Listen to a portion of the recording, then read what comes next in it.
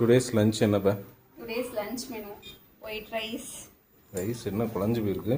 கொலையல கொலையிறது என்ன போட்டு அமுக்கிட்டு இருக்கேன்? உதிரி உதிரியா இருக்குது பாருங்க. அப்படியே இருக்கு. ஆமாம், லைட்டாக உதிரியாக இருக்கு. நெக்ஸ்ட் வந்து என்னன்னா வந்து ரொம்ப வந்து ஹெல்த் பெனிஃபிட்ஸ் அதிகமாக உள்ள வந்து முருங்கைக்கீரை. எக்ஸ்ட்ரா ஃபிட்டிங்லாம் வேண்டாம், என்னன்னு சொல்லு. கீரை, முருங்கைக்கீரை சாம்பார். முருங்கைக்கீரை சாம்பார். சரி. இதில் வந்து ப்ரோட்டீனுக்கு பருப்பு இருக்குது, ஃபைபருக்கு கீரை இருக்குது. ஸோ வந்து 2 ஆகிப்போச்சு ஒரு நேரத்தில். 2 ஆகிப்போச்சா? ஆனால் இது எடுக்கிறது ரொம்ப கஷ்டம். ரொம்ப கஷ்டப்பட்டு இதை எடுத்து நான் வந்து முருங்கைக்கீரை. எங்கே அங்கே முருங்கை மரத்துலேருந்து எடுத்து கஷ்டம்னு சொல்றியா? இல்லை மரத்துல வந்து ஒடிக்கிறது ஈஸி. அதை வாங்கிட்டு வந்து அந்த முருங்கைக்கீரை அந்த குட்டி குட்டியா இருக்கும்ல, அந்த ஈக்கியா இருக்கும், அதெல்லாம் எடுத்துட்டு அந்த கீரையை கையில் குத்திருமோ? ஈக்கிக்கே இருக்குது. கையில சுத்தாது. ரொம்ப மைன்யூட்டா பார்த்து எடுக்கணும். ரொம்ப நேரம் ஆகும், டைம் எடுக்கும். ஏன் அதில் விஷ இது இருக்கா? அப்படி கிடையாது. ஹவுஸ் ஒய்ஃப்னால மட்டும்தான் வந்து இதெல்லாம் வந்து ஈஸியா செய்ய முடியும். வேலைக்கு போறவங்களாட்ட டக்குன்னு செய்ய முடியாது. ஸோ அதனால வந்து வேலைக்கு போறவங்க அப்படி சும்மா கருவேப்பிலை மட்டும் உருவிட்டு போட்டோம்னா, அப்பெல்லாம் போட்டோம்னா அது காம்பா இருக்கும், அது சாப்பிட முடியாது நம்மளால. ஏன் சாப்பிட முடியாது? குத்துமா வாயெல்லாம்? என்ன வாயெல்லாம் குத்துது? ஏதோ கதை சொல்லிக்கிட்டு இருக்கேன். இல்ல, உண்மையிலே முருங்கைக்கீரை எடுக்கிறவங்களுக்கு தெரியும். அது கொஞ்சம் கஷ்டமா இருக்கும். நெக்ஸ்ட் வந்து இது வந்து வாழைத்தண்டு பொரியல். பார்க்கவே எப்படி இருக்கு பார்த்தீங்களா? பார்க்க வாழைத்தண்டு பொரியல் மாதிரி தான் இருக்கு.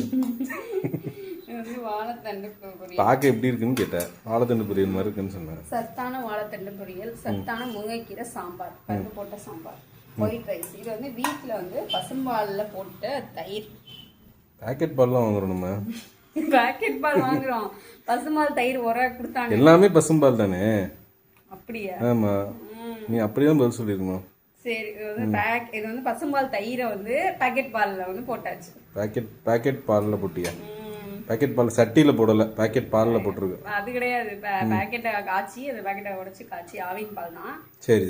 அந்த தயிர், டேபிள் சால்ட். அப்பளம் பொரிக்கலாம்னு நினைச்சேன், பட் வந்து டைம் ஆயிடுச்சு.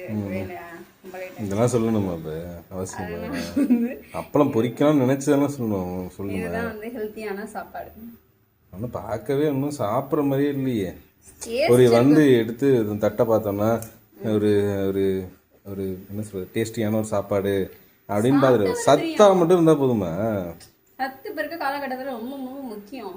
இப்போ வந்து பீஸா பர்கர்னு நிறைய வந்துருச்சு.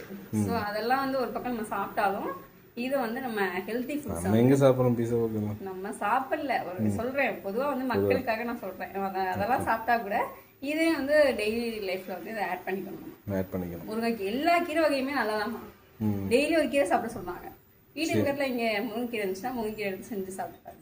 சரிப்பா, ஓகே. ஊருக்கு உபதேசம் பண்ண போதும்.